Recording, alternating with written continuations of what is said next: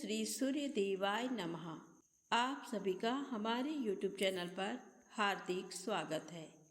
आज रविवार के दिन आइए सुने सूरज भगवान की पौराणिक कथा। एक राजा था, एक रानी। उनके पास सिपाही, घोड़े, दास दासियां, धन दौलत सब कुछ था, सिर्फ उन्हें संतान नहीं थी। इसी कारण राजा रानी बहुत ही दुखी रहते थे।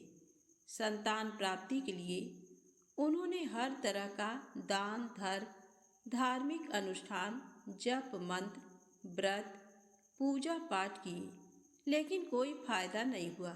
अब राजा रानी दोनों ही बुढ़ापे की ओर बढ़ते गए और गहन सोच में पड़ गए।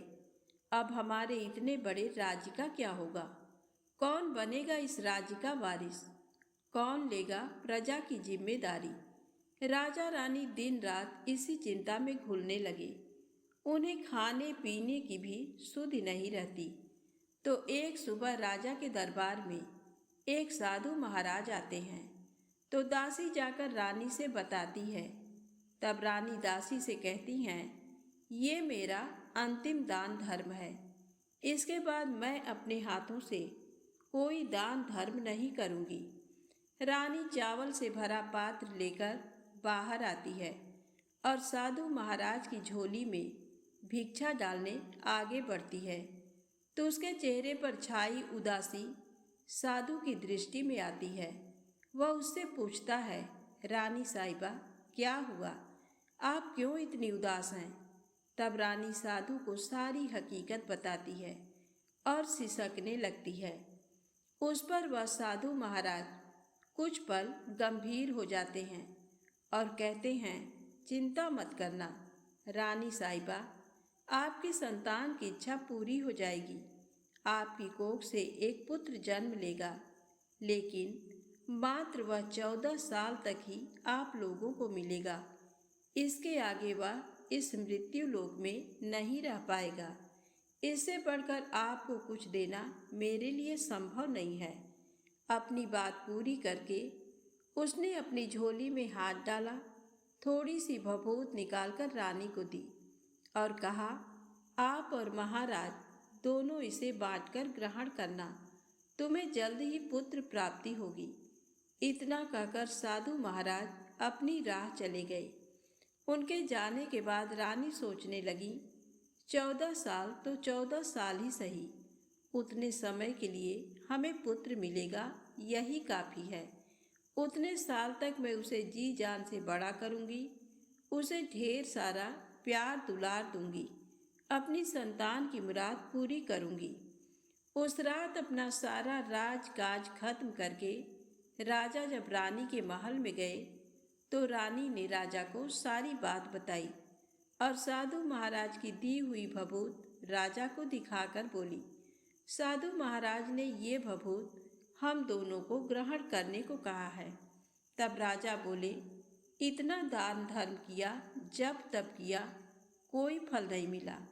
अब इस भभूत से हमें संतान प्राप्ति होगी क्या? उस पर रानी बोली, जब इतना सब कुछ किया तो अब ये भी सही, खामख्वाह उस साधु के क्रोध को क्यों बुलावा दें। राजा को अब किसी पर विश्वास नहीं था, लेकिन पत्नी को दुख न पहुँचे इसलिए वह राजी हो गए। राजा रानी दोनों नहाते धोते हैं, फिर अपने भगवान का नाम स्मरण करते हैं, अपने पुरखों को स्मरण करते हैं और उस साधु महाराज का नाम स्मरण करके वह भभूत बांट कर दोनों खाते हैं। उसके बाद दोनों निश्चिंत होकर सो जाते हैं। तो कुछ दिन गुजर जाते हैं और साधु द्वारा कहे अनुसार रानी गर्भवती हो जाती हैं।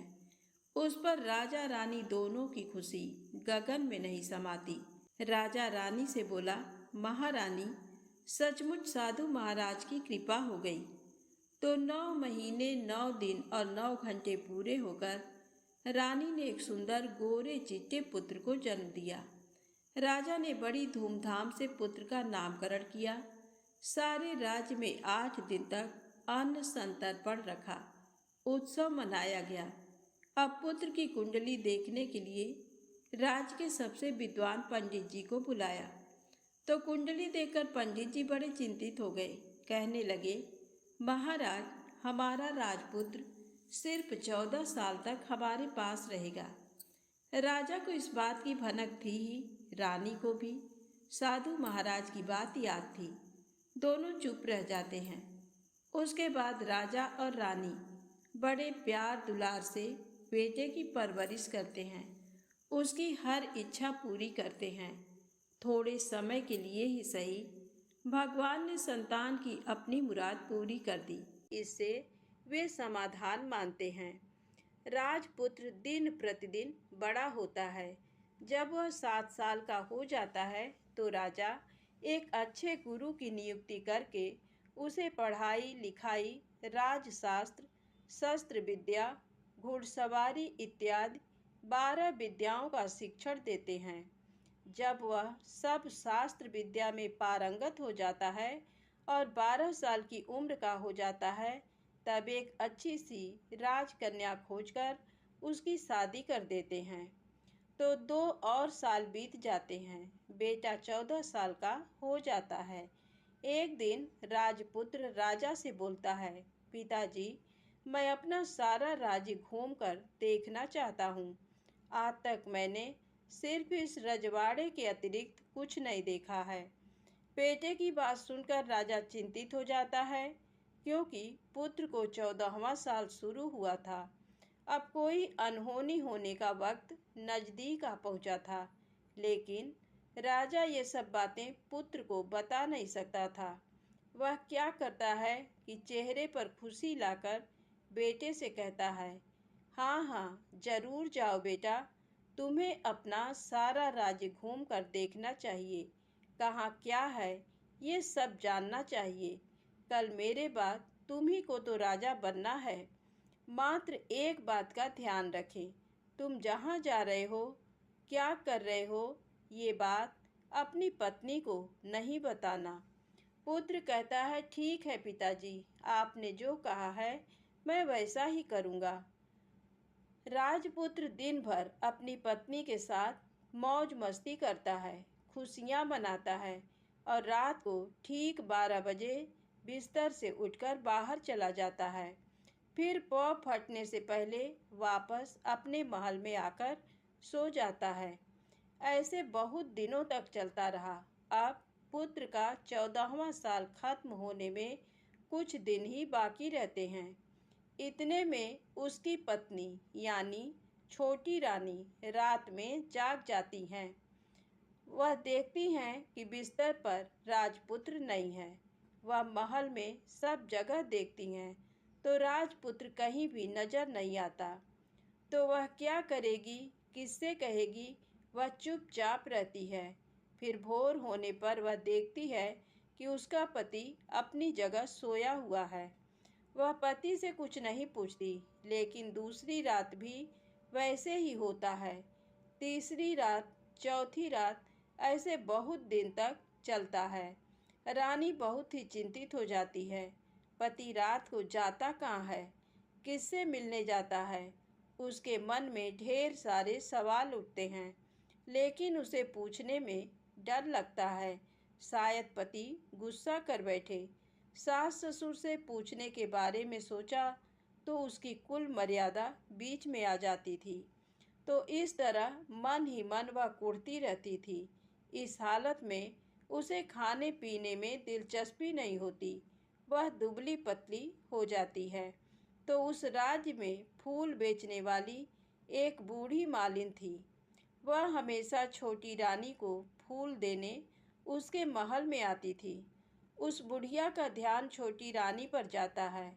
वह उससे पूछती है, बेटी, तुम्हें किस बात का दुख है? तुम इस तरह सूखकर कांटा क्यों बनी हो? उस पर रानी कहती है, क्या बताऊं तुम्हें अम्मा, तुम्हारा राजपुत्र हर रात बिस्तर पर से उठकर कहीं चला जाता है और सुबह भोर होते ही वापस आकर सोता है। वह कहाँ जाता है? प्रेमिका से मिलने जाता है क्या? ये सोच सोचकर मैं अन्न जल ग्रहण नहीं कर पाती और सूख सूख कर इस तरह कांटा बन गई हूँ। बुढ़िया सब बात सुनकर उसे एक उपाय बताती है। तो बेटी ऐसा करना, आज रात तुम सोना मत। उसके पीछे जाकर देखना कि वह कहाँ जाता है, क्या करता है। उसकी अच्छी तरह से पहरेदारी करना। पर मुझे नींद आ गई तो? तुम्हें नींद ना आए इसलिए एक काम करना, अपने बाएं हाथ की उंगली में एक जख्म करना, उस पर थोड़ी सी मिर्च छिड़कना।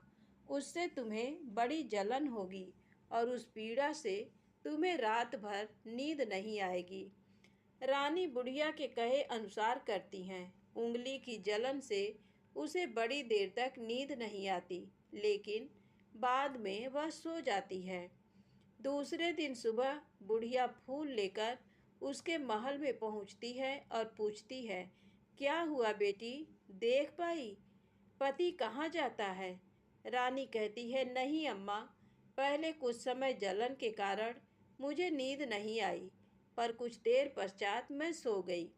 बुढ़िया कहती है, कोई बात नहीं, आज तुम उंगली पर पहले से थोड़ा बड़ा जख्म करना और ज़्यादा मिर्च लगाना। तो रानी वैसे ही करती है, परंतु वह सिर्फ पति के बिस्तर से उठकर बाहर निकलते वक्त तक जाग पाई। वह उसके पीछे नहीं जा सकी, क्योंकि उसकी आंखें उस समय तक मूंद गई थी।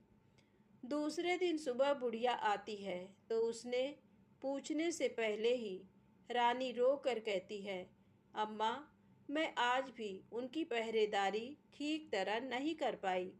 बुढ़िया कहती है, रोना नहीं बेटी, सब कुछ ठीक हो जाएगा। तुम आज रात जख्म और बड़ा करना और उस पर ज़्यादा मिर्च छिड़कना, और एक काम करना, वह जब जाने के लिए निकलता है तो उसका रास्ता रोकना। बुढ़िया ने जैसा बताया रानी वैसा ही करती है। आज रात उसे नींद नहीं आती।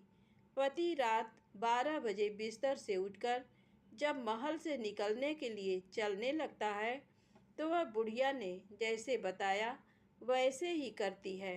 दौड़ कर जाकर पति का रास्ता रोकती है और कहती है, कहाँ जा रहे हो, किससे मिलने जा रहे हो, मुझे बताओ। राजपुत्र उसे समझाने की बहुत कोशिश करता है। देखो, अगर मैंने तुम्हें वह बताया तो मैं तुम्हें दोबारा नहीं मिल पाऊंगा।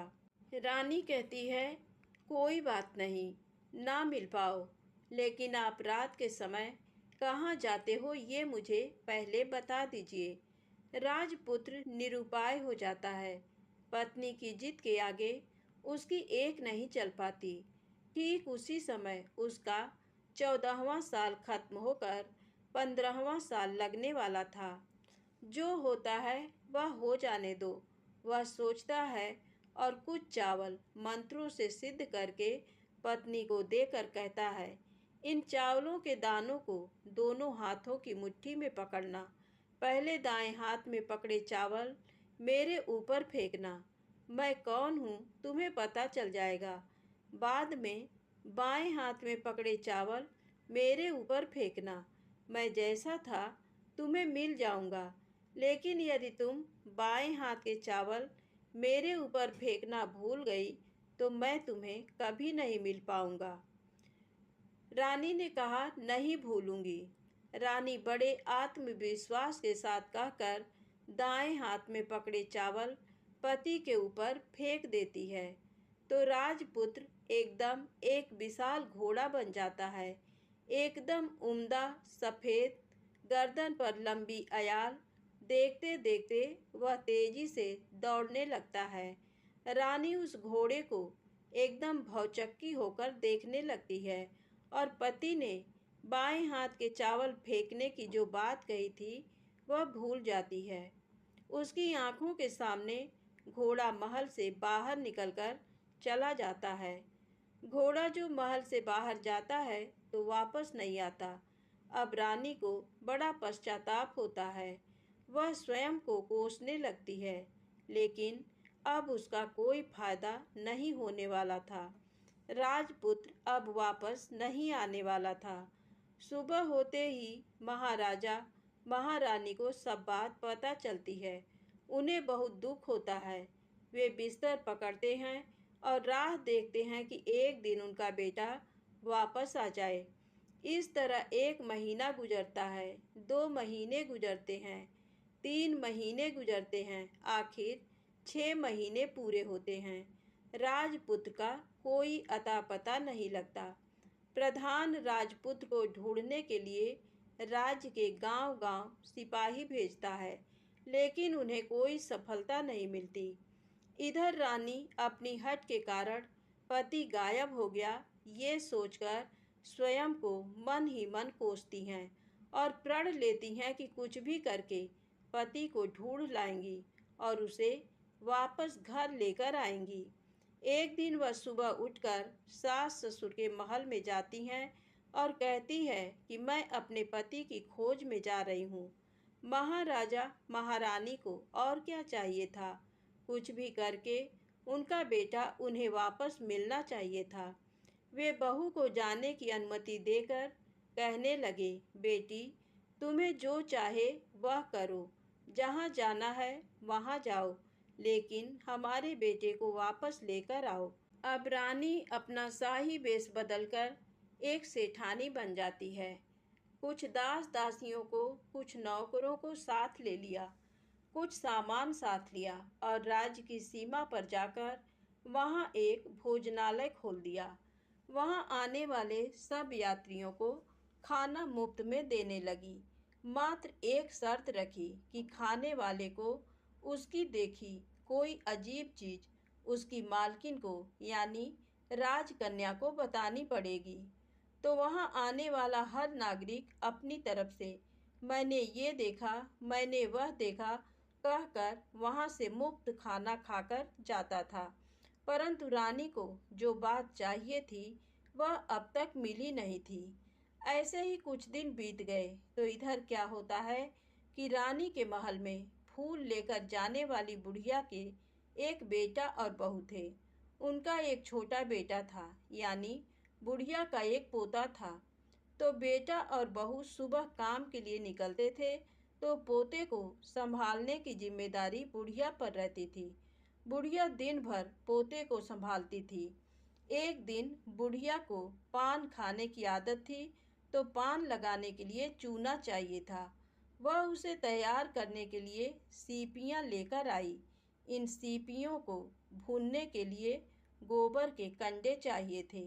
कंडे इकट्ठा करने के लिए वह बांस की टोकरी लेकर चरवाहे के मैदान में गई।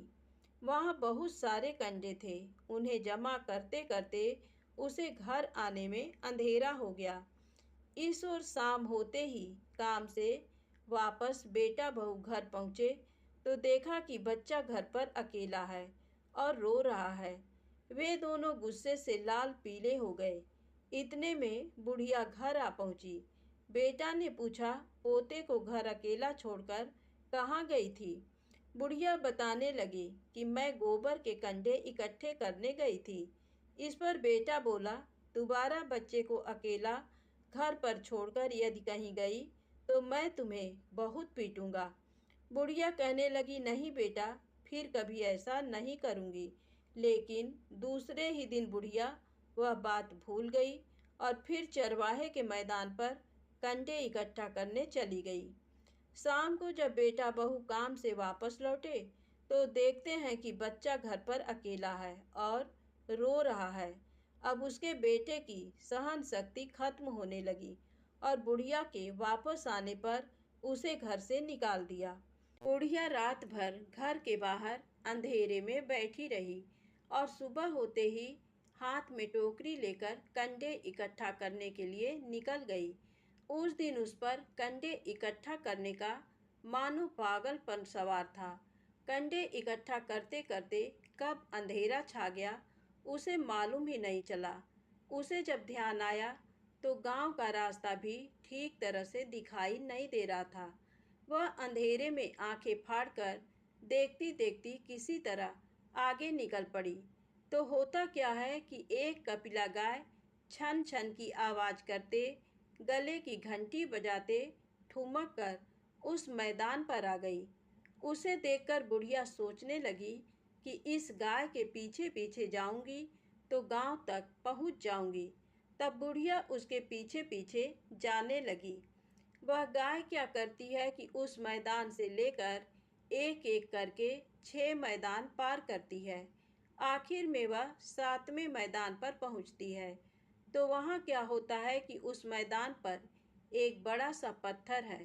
गाय जाकर उस पत्थर को अपना सींग मारती है। सींग मारा तो वह पत्थर दूर हट गया और पाताल में नीचे जाने की सीढ़ियां दिखाई देने लगी। तब वह गाय उन सीढ़ियों से नीचे जाने लगी। बुढ़िया वह सब देखती रही और झट जाकर गाय की पूंछ को पकड़ लिया। पूंछ पकड़कर वह गाय के साथ नीचे पाताल में पहुंच गए। पाताल में पहुंचते ही तुरंत गाय की पूंछ छोड़ दी और इधर उधर देखने लगी।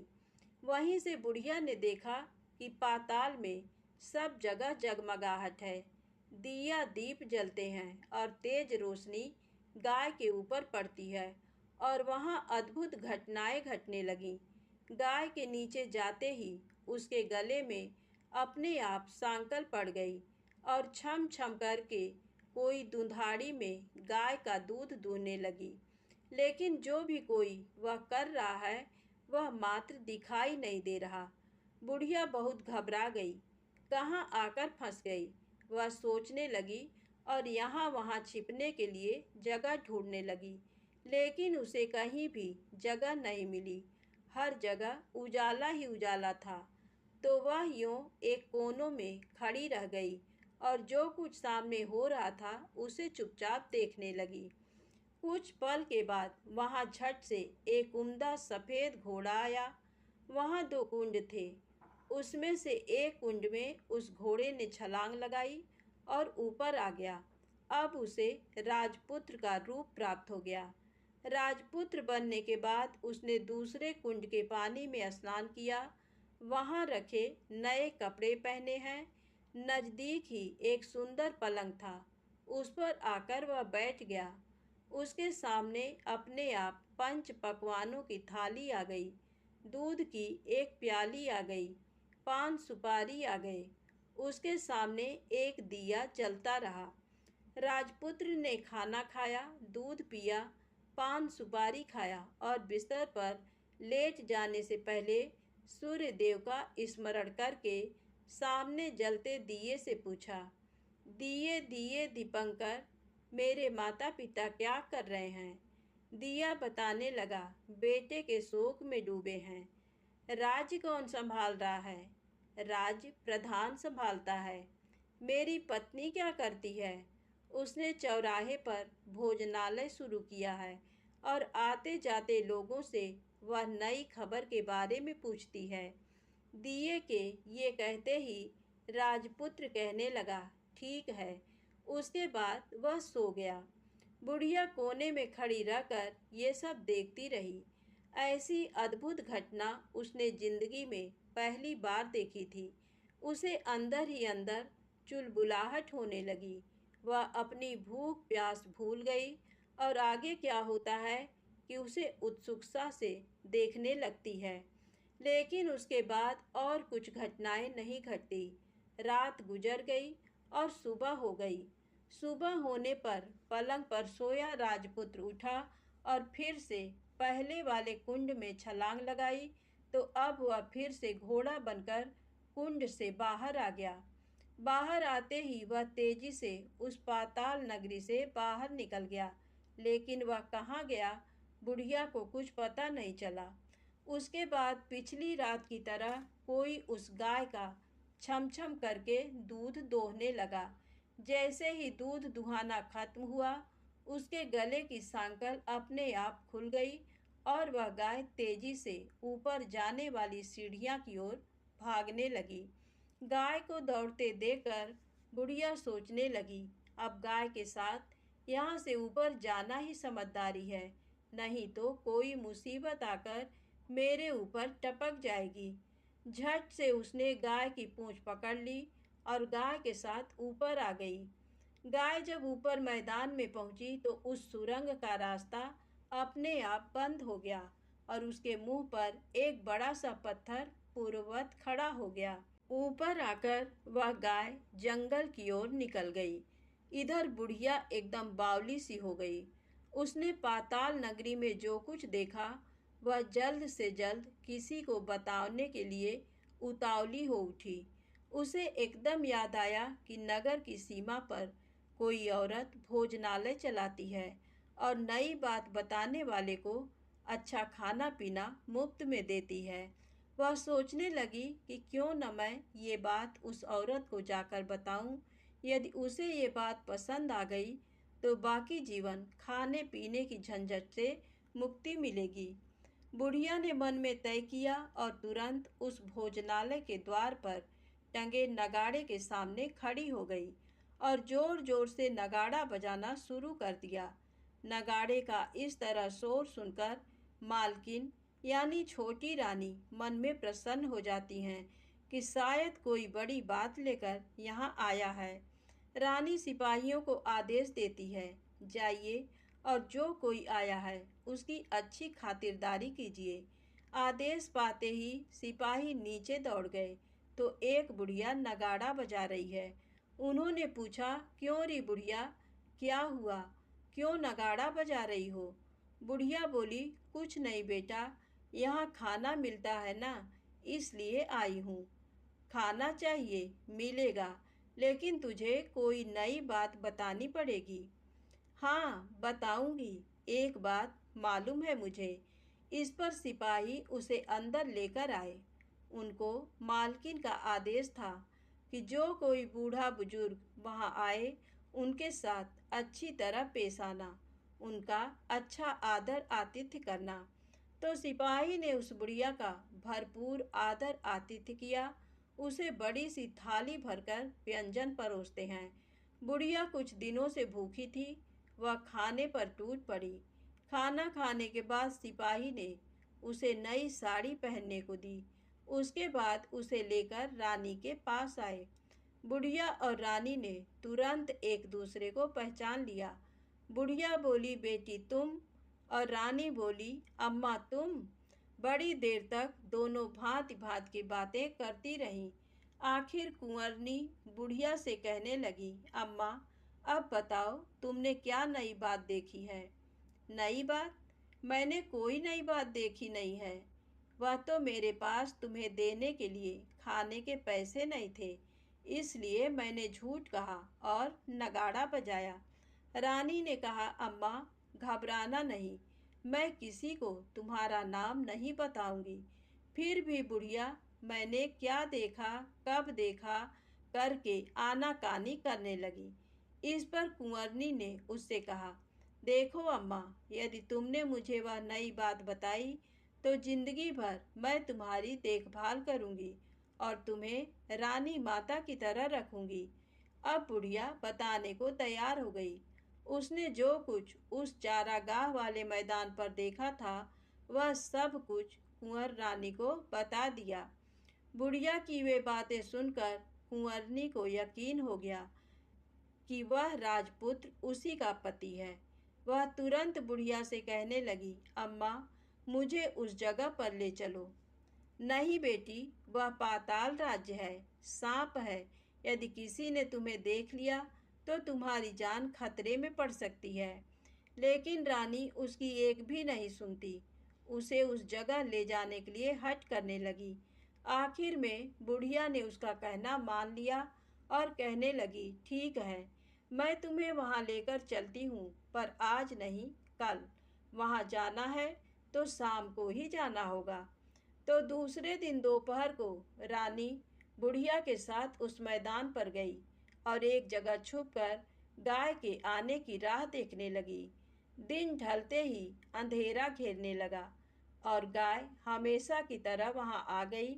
मैदान के उस कोने में जाकर उसने पत्थर पर सींग मारा तो झट से पत्थर हटकर वहां सुरंग में जाने का रास्ता खुल गया। गाय उस रास्ते से नीचे उतरने लगी तो बुढ़िया रानी से कहने लगी, जल्दी आगे बढ़ो, हम गाय की पूंछ पकड़कर नीचे उतरेंगे। तो दोनों गाय की पूंछ पकड़कर नीचे उतर गईं। बुढ़िया पहले जिस कोने में छिपी थी उस कोने में छिप गई। अब नीचे सब कुछ पहले जैसा घटित हो रहा था। गाय के गले में अपने आप सांकल पड़ गई। कोई अदृश्य रूप से उसका दूध दूहने लगा। एक सफ़ेद उम्दा घोड़े ने आकर एक कुंड में छलांग लगाई तो राजपुत्र के रूप में ऊपर आया। वह राजपुत्र दूसरे कुंड में नहाने लगा। बाद में उसके सामने खाने की थाली आ गई, दूध की प्याली आ गई, पान बीड़ा आ गया। राजपुत्र सब ग्रहण करके सोने के लिए पलंग पर गया तो सोने से पहले सूर्य देव का स्मरण करके वह दिए से पूछने लगा, दिए दिए दीपंकर, मेरे माता पिता क्या कर रहे हैं? तो दिया कुछ जवाब नहीं देता, बल्कि वह बुझने लगता है। तब राजपुत्र को कुछ अघटित हुआ है, इसका संदेह हो गया है। वह उदास हो गया और जो कुछ हुआ है वह हो जाने दो ऐसा सोचकर सोने के लिए बिस्तर पर लेट गया। अब रानी का संयम छूट गया। वह दौड़कर पति के पास गई और उसके पैर पकड़ने के लिए आगे बढ़ने लगी। राजपुत्र तुरंत ही पत्नी को पहचान गया। वह झट से पीछे हट गया और चिल्लाने लगा, नहीं नहीं, मुझे मत छूना, सर्वनाश हो जाएगा। रानी दोनों हाथ जोड़कर पति से अपनी भूल स्वीकार करने लगी। स्वामी, मुझसे भूल हो गई। मुझे आपसे नहीं पूछना चाहिए था कि आप रात को कहाँ जाते हो। मैं अपनी भूल स्वीकार करती हूँ। मुझे मेरी भूल की सज़ा मिल गई है। अब आप घर चलें। आपके वियोग में आपके माता पिता ने बिस्तर पकड़ लिया। आपकी प्रजा भी बहुत दुखी है। उस पर राजपुत्र कहने लगा, वही तो एक बार तुम गलती कर बैठी हो, अब दोबारा मत करना, नहीं तो अब मैं तुम्हें जो दिख रहा हूँ वह भी नहीं दिखूंगा। रानी अब विलाप करने लगी, जोर जोर से जमीन पर सिर पटकने लगी। राजपुत्र के मन में उसके प्रति दया उत्पन्न हो गई। वह उससे कहने लगा, यदि तुम मुझे पाना चाहती हो तो तुम्हें एक काम करना होगा। काम कठिन है, लेकिन वह तुम्हें अकेले करना होगा। रानी ने कहा, कहो स्वामी, कितना भी कठिन काम हो, मैं वह पूर्ण करूंगी। रानी कहने लगी। इस पर राजपुत्र ने उसे बताया, इस पाताल से ऊपर जाते ही तुम्हें एक घना जंगल नजर आएगा। ऐसे 6 जंगल पार करने के पश्चात 7वां जंगल मिलेगा। वह जंगल सबसे घना है। उस जंगल में बीचों बीच एक पीपल का पेड़ है। उसके आसपास की जगह पत्ते, फंदे, जटाएं, कांटे इत्यादि से ढक चुकी हैं। वहाँ बाघ, शेर, भालू, सांप सभी धमा चौकड़ी बैठती है। तुम्हें उन सबको भगाकर वह जगह साफ करनी है। उसको गोबर से लिपाई करके पवित्र बनाना है, रंगोली से सजाना है। उसके बाद वहाँ धूप, कपूर, अगरबत्ती जलानी है। फूल कुमकुम से पेड़ की तने की पूजा करनी है। दूध दही से बने चावल का भोग चढ़ाना है। ये सब तुम्हें दोपहर को 12 बजने के पहले करना है।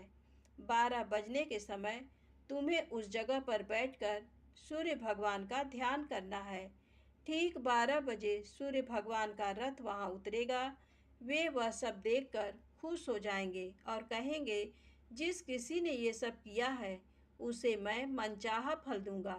तो तुम सामने जाकर उसके रथ का दाहिना घोड़ा मांगना, मैं तुम्हें मिल जाऊंगा। इतनी बात कहकर राजपुत्र अपने पलंग पर सो गया और छोटी रानी भोर होने की राह देखने लगी। भोर होते ही वह बुढ़िया के साथ गाय की पूंछ पकड़कर ऊपर आ गई। ऊपर आने के बाद वह बुढ़िया से कहने लगी, अम्मा, अब मैं अकेले ही आगे जाऊंगी, तुम भोजनालय वापस जाओ। वह जंगल में जाकर राजपुत्र की बताई जगह ढूंढने लगी और स्वयं आरी से वह जगह साफ कर दी। बाद में राजपुत्र ने जैसे बताया वैसी लिपाई पुताई करके वापस आ गई। दूसरे दिन पौ फटने से पहले उठी और जंगल में उस जगह पहुंची। वहां जाकर इत्र, गुलाब का पानी छिड़क कर वह जगह सुगंधित की। धूप अगरबत्ती जलाकर उसे पवित्र किया और पूजा की। सब सामग्री वहां तैयार रखकर सूर्य भगवान का ध्यान करने बैठ गई। जैसा कि पति ने बताया था, दोपहर को ठीक 12 बजे सूर्य भगवान का रथ उस पीपल के पेड़ पर आकर रुका है। सूर्य भगवान ने जब रथ से नीचे देखा तो सुगंधित वातावरण देखकर वे बहुत प्रसन्न हो गए। फिर वे बोले, जिस किसी ने ये काम किया है वह यहाँ आकर आज मुझसे कुछ भी मांगे, मैं उसे दे दूंगा। रानी ने जब ये शब्द सुने तो बिना समय गंवाए दौड़कर उनके सामने आ गई और उनको साष्टांग नमस्कार करके बोली, भगवान, वह मैं ही हूँ, मैंने ही ये जगह साफ की है। अच्छा, तो तुम्हें जो चाहिए वह मांगो। भगवान, मुझे मुझे आपके रथ का दाहिना घोड़ा चाहिए। सूर्य भगवान बोले, नहीं नहीं, मैं तुम्हें और कुछ भी दे सकता हूँ, लेकिन ये घोड़ा नहीं दे सकता। मेरे रथ के 12 घोड़े हैं, तुम चाहो तो कोई और घोड़ा मांग लो, लेकिन ये दाहिना घोड़ा नहीं, वह मैं तुम्हें नहीं दे सकता। छोटी रानी एक नहीं सुनी, वह सूर्यदेव से एक ही बात कह रही थी, वही दाहिना घोड़ा दे दीजिए, नहीं तो मैं आपके पैरों में गिरकर अपनी जान दे दूंगी। अब सूर्यदेव धर्म संकट में पड़ गए। उन्होंने वचन दे दिया था, अब अपने वचन से पलट भी तो नहीं सकते थे। तब सूरज भगवान ने बोला, मैंने तुम्हें घोड़ा दे दिया, लेकिन घोड़ा तो दिया है, वह तुम्हें यहाँ नहीं मिलेगा, तुम्हें उसे पाताल में जाकर लाना होगा। रानी बोली, पाताल में ही क्या भगवान, मैं उन्हें पाने के लिए कहीं भी जा सकती हूँ। रानी को वचन देकर सूर्यदेव अपने मार्ग चले गए और इधर रानी जंगल से अपने भोजनालय में आ गई। फिर वह बुढ़िया को लेकर उस मैदान पर आ गई। जल्दी ही शाम हो गई। शाम होते ही वहाँ वह गाय आ गई और उसने सींग मारकर सुरंग का पत्थर हटाया तथा नीचे उतरने लगी। रानी और बुढ़िया जल्दी जल्दी उसकी पूंछ पकड़कर नीचे उतर गईं। नीचे पाताल में सब घटनाएं पहले की तरह ही घटने लगीं। घोड़े का एक कुंड में नहाकर राजपुत्र बन जाना, नहा धोकर पलंग पर जाकर बैठना, तो उसे खाने की थाली, दूध की प्याली आना, पान बीड़ा आना। लेकिन आज एक बात नई घटी। आज दो दो थाली, दो दो दूध की प्याली, दो दो पान बीड़े उसके सामने आए। वह कुछ नहीं बोला। अपने हिस्से की थाली खाकर, दूध पीकर और पान बीड़ा चबाकर वह सोने चला गया और हमेशा की तरह दिए से पूछने लगा, दिए दिए दीपंकर, मेरे माता पिता क्या करते हैं? दिया ने बताया, वे दोनों तुम्हारे शोक से मरने की स्थिति में पहुंच गए हैं। ऐसा झट से उसकी आंखों से आंसू टपकने लगे। फिर वह पूछने लगा, दिए दिए दीपंकर, मेरा राज्य कौन चला रहा है? तुम्हारा राज्य प्रधान चला रहा है और वह सब कुछ हड़प चुका है। वह प्रजा पर बहुत अत्याचार कर रहा है। सुनकर राजपुत्र को बहुत गुस्सा आया। वह गुस्से से अपनी मुट्ठी भींचने लगा।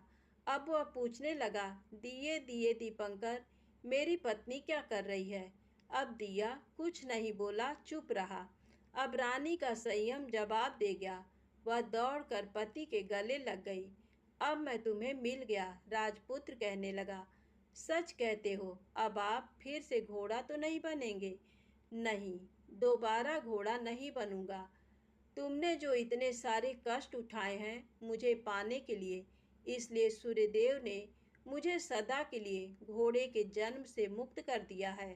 राजपुत्र ने बड़े प्यार से कहा और उसे गले लगाया, उसके आंसू पोंछे। कुछ देर पश्चात भोर हो गई तो गाय की श्रृंखला टूटकर वह ऊपर भूलोक जाने लगी। रानी, राजपुत्र और बुढ़िया उसकी पूंछ पकड़कर ऊपर आ गए। ऊपर आने पर वे सीधे भोजनालय में पहुंचे। वहां का सब सामान लोगों में बांट दिया और उसको ताला लगाकर अपने राज्य में लौट गए। राजपुत्र वापस आता और उसके तेवर देकर प्रधान घबरा गया। राजपुत्र ने उसे बंदी बनाकर कैद खाने में डाल दिया और राज्य की बागडोर अपने हाथ में ले ली। उसके बाद वह अपने माता पिता को मिलने उनके महल में गया। तब राजपुत्र क्या देखता है कि उसके माता पिता उसके शोक में अस्थिपंजर बने हुए हैं। पुत्र को वापस आया देखकर मरड़ा सन्न राजा रानी की आंखों से टप टप आंसू बहने लगे। इन दोनों ने पुत्र को गले लगाया, उसे प्यार से सहलाया। इतना होने के बाद उनके सेहत में एकदम सुधार आने लगा। वे अब बिस्तर से उठकर बैठ गए हैं। पुत्र को आशीष देने लगे। राजपुत्र के आने की खबर तुरंत राज्य भर में फैल गई। प्रजा खुशी से फूली नहीं समाई। प्रजाजन राजमहल के सामने इकट्ठे हो गए। राजपुत्र ने भी उन्हें दर्शन दिए और आज से उन्हें कोई दुख नहीं पहुंचाएगा, ऐसा वचन भी दिया। अब राजा अपने पुत्र का राज्याभिषेक करके उसे सिंहासन पर बिठाता है और बहू को महारानी का दर्जा देता है और स्वयं अपनी पत्नी के साथ ईश्वर स्मरण करते खुशी से दिन बिताता है। महाराजा बना राजपुत्र अच्छी तरह से राज्य चलाने लगा और अपनी पत्नी के साथ सुख शांति से जीवन बिताने लगा। उस बुढ़िया को रानी ने अपने पास ही रख लिया। उसकी अच्छी तरह से देखभाल करने लगी। बुढ़िया और उसके बुढ़ापे के दिन खुशी से गुजरने लगे। प्रेम से बोले सूरज भगवान की जय हो।